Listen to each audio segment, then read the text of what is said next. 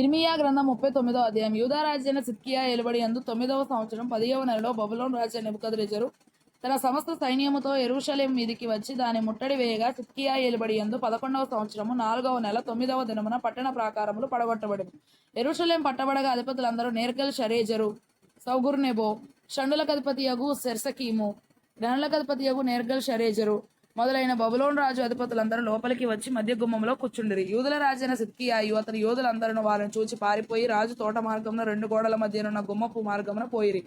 గాని రాజు మైదానపు మార్గమున వెళ్లిపోయాను. అయితే కల్దీల సేన వారిని తరిమి ఎరికో దగ్గరున్న మైదానములలో సిద్కియాను కలిసి పట్టుకొని రాజు అతనికి శిక్ష విధింపవలనని హమాతు దేశంలో రెబ్లా పట్టణం దగ్గరున్న బబులోను రాజు నెబుకద్నెజరు వద్దకు వారు సిద్కియాను తీసుకొని పోయిరి. బబులోను రాజు రిబ్లా పట్టణంలో సిద్కియా కుమారులను అతని కనుల ఎదుట చంపించెను, మరియు బబులోను రాజు యూదా ప్రధానులందరినీ చంపించెను. అంతటా అతడు సిద్కియా కనులు ఓడదీయించి అతని బబులోనుకు తీసుకొని పోవటకై సంకెళ్లతో బంధించెను.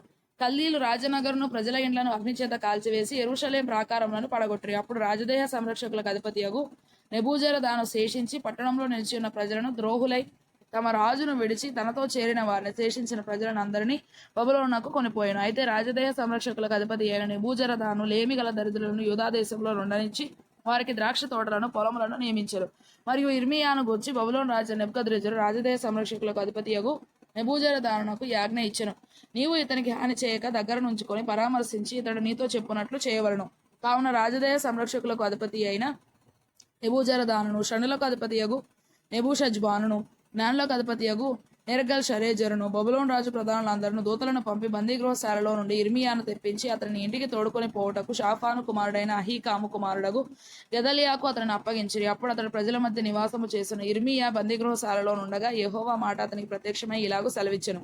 నీవు వెళ్లి కూషీయుడగు ఎబెద్మెలకుతో ఇట్లనము, ఇశ్రాయేలు దేవుడును సైన్యములకు అధిపతియునగు యెహోవా ఇలాగూ సెలవిచ్చుచున్నాడు, మేలు చేయుటకై కాక కీడు చేయుటకై నేను ఈ పట్టణమును గూర్చి చెప్పిన మాటలు నెరవేర్చుచున్నాను. నీవు చూచుచుండగా ఆ మాటలు ఆ దినమున నెరవేరును. ఆ దినమున నేను నిన్ను విడిపించదను. నీవు భయపడు మనుషుల చేతికి నీవు అప్పగింపబడవని యెహోవా సెలవిచ్చుచున్నాడు. నీవు నన్ను నమ్ముకొంటివి గనుక నిశ్చయముగా నేను నిన్ను తప్పించదను. నీవు ఖడ్గము చేత పడవు, దోపుడు సొమ్ము దక్కించుకొనున్నట్లు నీ ప్రాణము నీవు దక్కించుకొందువు. ఇదే యెహోవా వాక్కు.